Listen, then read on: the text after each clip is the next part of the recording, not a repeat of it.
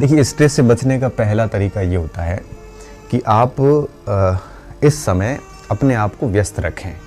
थोड़ा सा भी फ्री हो जाएंगे ना तो आप सोचना शुरू कर देंगे। तो सबसे बड़ी बात ये होती है कि उस समय आप अपने आप को व्यस्त रखें। व्यस्त कैसे रख सकते हैं? देखिए, एक तो आप प्लान बना दें आगे 5-7 दिन का कि क्या करना है। ठीक है, प्लान ऐसे बनाएं कि एक बार कम से कम पाठ्यक्रम ठीक से मोटे मोटे जो बिंदु हैं उनको ऊपर ऊपर से देख सको, क्योंकि 5-7 दिन इतना अधिक समय नहीं होता कि हम पूरा पाठ्यक्रम एक थोरोली देख सकें। बस ऊपर ऊपर से निकालना होता है। मेन पॉइंट्स है, कुछ टेबल्स हैं, या फिर ऐसे कन्फ्यूज़न वाले बिंदु जो आपको अक्सर कन्फ्यूज़ करते हैं वो पॉइंट्स हैं, या फिर ऐसे बिंदु जो मतलब एक प्रकार से एक महत्वपूर्ण है कि परीक्षा में आने की पूरी संभावना रहती है। ऐसी चीज़ें जो है ना वही लास्ट में 5-6 दिन देखें। बाकी ज़्यादा लोड लेने की आवश्यकता नहीं है। बस अपने आप को व्यस्त रखें, ये सबसे ज़्यादा ज़रूरी होता है कि अपने आप को व्यस्त रखें। और पढ़ने में मन नहीं लग रहा होता है तो कम से कम पुराना पेपर लेके देखने शुरू कर दो। आप पुराने पेपर के 10, 15, 20 प्रश्न का अभ्यास करोगे तो अपने आप ही एक कॉन्फिडेंस आना शुरू होगा, क्योंकि पुराना पेपर देख के जैसे ही प्रश्न के उत्तर निकलेंगे ना तो आपको लगेगा कि हाँ वाकई में मैंने पढ़ा है। तो थोड़ा सा अंदर से अच्छा फील होना शुरू हो जाएगा। तो निकल में बिल्कुल मत बैठो। बस जैसे ही फ्री हुए, पढ़ाई में मन नहीं लग रहा तो अभ्यास पेपर ही करो, अभ्यास में मन नहीं लग रहा तो अखबार ही पढ़ लो, अखबार में मन नहीं लग रहा है तो कम से कम कहीं कोई टेस्ट जो चल रहे हैं कहीं पे वो दे दो। मतलब कहने का ये है कि आप बिल्कुल भी फ्री मत बैठो, सो जाओ गली में, ग्राउंड में खेलने चले जाओ। मैं कह रहा हूँ फिल्म देख लो, कुछ भी कर लो, परंतु इस परीक्षा के समय अपने आप को बिल्कुल ऐसे फ्री ना रखें, क्योंकि फ्री रखते ही फ्री दिमाग शैतान का घर होता है, सोचना शुरू करेगा और सोचते स्ट्रेस, सोचना ही स्ट्रेस का मेन कारण होता है। पहली बात तो ये। दूसरी बात ये कि ये ऐसा समय होता है जब व्यक्ति सबसे ज़्यादा संवेदनशील होता है, उसको कोई भी डरा सकता है। ये ऐसा समय होता है जब व्यक्ति अपनी सिलेक्शन की अब लालसा में, एक इतनी लिप्सा होती है सिलेक्शन की कि वो चाहता है कि बस कैसे भी करके चयन हो जाए।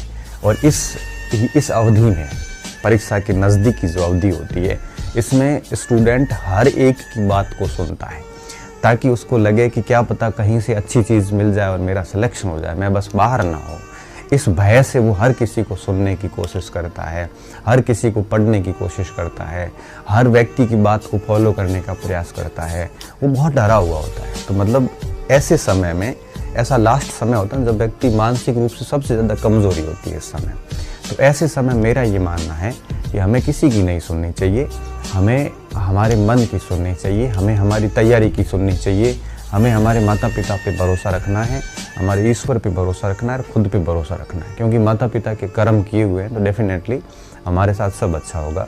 तो हमें 4 चीज़ों के अलावा दिमाग में कोई बात ही नहीं आनी चाहिए। जब भी फ्री बैठते हो तो कम से कम उस माँ बाप की शक्ल को याद कर लो, या अपना जो परमात्मा है जिस पर आप इष्ट विश्वास रखते हो उनको थोड़ा याद कर लो, या अपनी तैयारी के अपनी पुस्तकों को याद कर लो, या अपने खुद को जो आपने तपाया है वो बात याद कर लो, या हमारे जैसे किसी की कोई गुरुदेव की कोई बात कही गई बात याद रख लो, जो भी है। इसके अलावा कुछ मत चीज़ें दिमाग में मत लाओ। तो कहने का मतलब है कि दूसरी बात ये ध्यान रखनी है कि दुनिया से इस समय दूर रहें। ठीक है, दुनिया से दूर रहें। इसका साफ मतलब है कि इस समय आपको कम से कम, दुनिया का मतलब ये कि सोशल मीडिया से बहुत दूर हो जाए, पहली बात। दूसरी बात ये है कि आप कोशिश ये भी करो कि YouTube की दुनिया से भी ज़्यादा नज़दीक न रहो, क्योंकि YouTube पे भी आपकी परीक्षा आगे बढ़ाने वाले, पता नहीं क्या क्या बकवास करने वाले खूब लोग मिलेंगे। मेरा यह मानना है कि साथियों से भी दूर रहें। ठीक है, हालांकि कोई पॉजिटिव लोग हैं तो ठीक है, लेकिन जो नकारात्मक लोग हैं, ऐसा कोई अच्छा मित्र भी है आपका लेकिन है बहुत नेगेटिव, तो ऐसे नकारात्मक लोगों से दूर रहें। पूरा प्रयास करें कि उनको पास भी भटकने ना दें, उनसे थोड़े से दूर हो जाएं। क्यों? क्योंकि ये लोग लास्ट में आपका दिमाग ख़राब कर देंगे। चौथी बात, किसी की सामग्री ना देखें, सिर्फ अपनी सामग्री। लास्ट टाइम में ऐसे विचार आते हैं, सभी की सामग्री हम देखते हैं, तब क्या होता है हमारी सामग्री पे हमें अविश्वास हो जाता है। हमें लगने लगता है क्या पता मैंने कुछ कम तो नहीं पढ़ा है, हमें ये लगने लगेगा क्या पता उसकी तैयारी, हम तुलना करके बैठ जाते हैं। तो इसलिए मैं कह रहा हूँ कि इन लोगों से दूर रहें। किसी से भी अगर आप अपनी तुलना करने बैठ गए तो फिर क्या होगा, तुलना अपनी सामग्री की किसी के स्कोर की टेस्ट सीरीज़ देने जा रहे हो, वहाँ पे किसी से आपको नंबर कम आ गए, किसी के नंबर अधिक आ गए, तो आप तुलना कर बैठोगे। क्योंकि देखो टेस्ट सीरीज़ के स्कोर जो होते हैं ना, ये सिलेक्शन के मानक नहीं हैं। क्यों?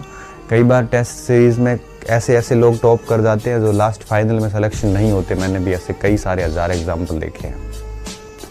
तो ऐसे लोगों से तुलना ना करें। तो इसलिए मैं कई बार कहता हूँ कि एंड लास्ट टाइम में टेस्ट वगैरह से भी दूर रहें। क्यों? क्योंकि कई बार कठिन प्रश्न कोई पूछ लेता है, फिर वही प्रश्न आता नहीं हमें, तब हमारी पूरी सामग्री पे डाउट हो जाता है, और पूरी सामग्री पे डाउट होने के बाद में स्ट्रेस लाजिमी है। तो कोशिश करो कि अंतिम समय में पुराने पेपर ही देखें, टेस्ट से बचने का प्रयास करें। टेस्ट सीरीज़ न दें, इसकी बजाय पुराने पेपर कोई भी लोक सेवा आयोग के आप देख लो, उसमें से 20-50 सवाल निकाल लो, वो बेस्ट है। ठीक है?